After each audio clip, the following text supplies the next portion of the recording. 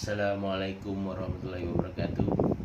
Salam pagi Ahad. Hari ini 16 Syawal. Selamat Hari Raya buat semua sahabat-sahabat. Okay, pagi ni Ana nak buka tentang fadilat solat, tentang solat. So bab pagi ni pada solat kita berbagi-bagilah setiap hari bab-bab tu kita berbagi-bagilah. So ni pada solat ni Ana buka mukadimah daripada cerita Maulana Muhammad Zakaria Kandalawi, Menteri Ulum Shanapur, India. So ini Maulana ni anda cuba sampaikan bagi pihak beliau lah, kan. Jadi mukadimah ni tentang bagaimana pada solat pada zaman sekarang ni, keadaan umat yang tidak mengambil endah dan tidak memberi perhatian terhadap agama sudah jelas dan tidak perlu diterangkan lagi. Bahkan solat pun sangat dialalaikan dan diabaikan.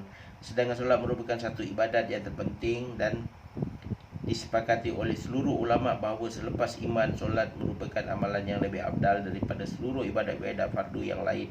Dan solat itu amalan yang pertama sekali akan disoal pada hari kiamat. Ya, sahabat-sahabat, tengok pentingnya solat sehingga ia menjadi satu tunggak yang pertama dan ia akan dihisap pada kita pada hari kiamat. Ya. Yang lebih menyedihkan lagi ialah tiada satu suara pun yang kedengaran untuk menarik perhatian umat ke arah agama, dan tidak ada apa-apa bentuk dakwah pun yang wujud. Berdasarkan pengalaman saya, terfikir bahawa untuk mengatasi masalah ini, satu buat supaya sabdaan-sabdaan baginda Rasulullah SAW dapat disampaikan kepada orang ramai. Sesungguhnya terdapat pelbagai masalah yang cuba menghalang dalam melemahkan saya.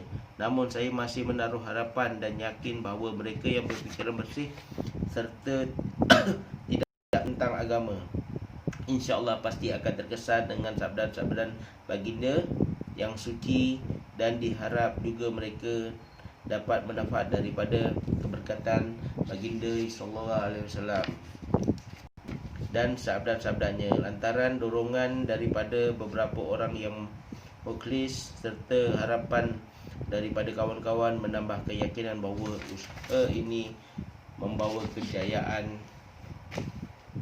Justru dalam kitab ini saya membentangkan beberapa terjemahan hadis yang berkaitan dengan solat.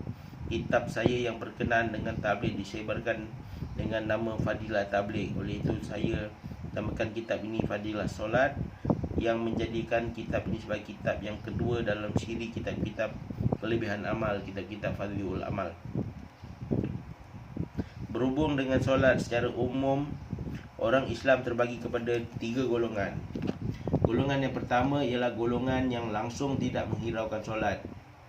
Golongan kedua ialah golongan yang menunaikan solat tapi tidak mementingkan solat jemaah. Dan ketiga ialah golongan yang solat serta mementingkan solat dengan berjemaah tetapi masih menunaikan solat dengan sambil lewa dan tidak berarti adab-adab bersolat. Justru kitab ini dibagikan kepada 3 bab yang bersesuaian dengan 3 golongan di atas. Dalam setiap bab diutarakan hadis-hadis Nabi sallallahu alaihi wasallam, terjemahan dan keterangan-keterangan hadis tersebut, namun terjemahan jelas dan mudah difahami lebih diutamakan daripada terjemahan lafaz ke lafaz. Ramai juga di kalangan para alim ulama menyeru manusia ke arah solat, maka di samping matan hadis, semua rujukan dan perkataan-perkataan yang berkaitan dengan hadis yang diperlukan oleh alim ulama ditulis di bawah matan hadis dalam bahasa Arab. Sesungguhnya perkara ini tidak akan memberi apa-apa manfaat kepada orang awam, namun kadang-kala diperlukan juga oleh mereka yang menjalankan kerja-kerja tabligh. Ni daripada Maulana Muhammad Zakaria Handalawi. Okey, jadi kita terus kepada hari ini, kita bicarakan satu bab dulu, iaitu bab 1, kepentingan solat. Bab ini mengandungi 2 bahagian.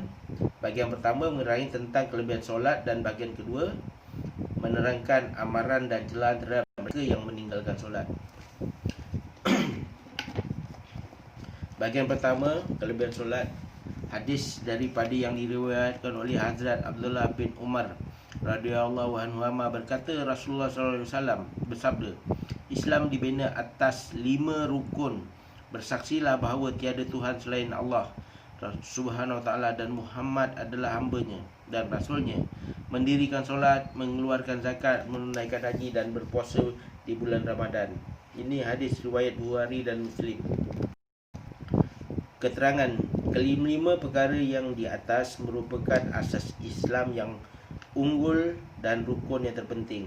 Dalam hadis ini, Nabi SAW mengibaratkan Islam sebagai sebuah kemah yang ditegakkan oleh 5 batang tiang, di mana tiang tengahnya adalah kalimah syahadat, dan keempat-empat tiang di setiap penjuru itu adalah 4 rukun Islam yang lain, iaitu solat 5 waktu, menunaikan puasa Ramadan, membayar zakat dan menunaikan haji. Tetapi tiang tengah tersebut tidak boleh ditegakkan sama sekali jika kemah itu tidak ada tiang tengah. Maknanya seluruh kehidupan kita ni pincang jika kita tak ada syahadah dalam kehidupan. Jadi umpama sebuah kemah yang ada tiang tengah tu umpama syahadah. 4 penjuru tiang yang lain tu adalah 4 rukun Islam yang lainnya, iaitu mengucap 2 kalimah syahadah itu adalah tiang tengah, solat 5 waktu, mengerjakan puasa Ramadan, bayar zakat dan pergi haji. Itu adalah 4 penjuru tiang. Namun sekiranya salah satu tiang yang 4 ni tadi tiada, maka kemah tu tetap dapat berdiri, hidup tu tetap dapat diteruskan. Namun ada kepinjangan. Kat situ kita kena nampak, dia tetap ada kepinjangan. Jadi kita kena semak sejauh manakah diri kita sendiri di dalam teguhnya kemah yang telah kita dirikan, dan rukun Islam manakah yang telah dapat dengan sempurna. Sebenarnya kelima-lima rukun Islam tersebut amat penting sehingga dijadikan asas Islam. Sebagai orang Islam, kita sangat perlu mengambil berat terhadap Islam itu. Tapi amalan yang terpenting sesudah iman ialah solat. Hazrat Abdullah bin Mas'ud berkata bahawa beliau bertanya kepada Rasulullah SAW, amalan apakah yang paling disukai oleh Allah Subhanahu wa taala? Baginda Rasulullah SAW menjawab, solat. Saya bertanya lagi, selepas solat apa pula? Jawab baginda Rasulullah SAW, berbuat baik kepada kedua ibu bapa kamu.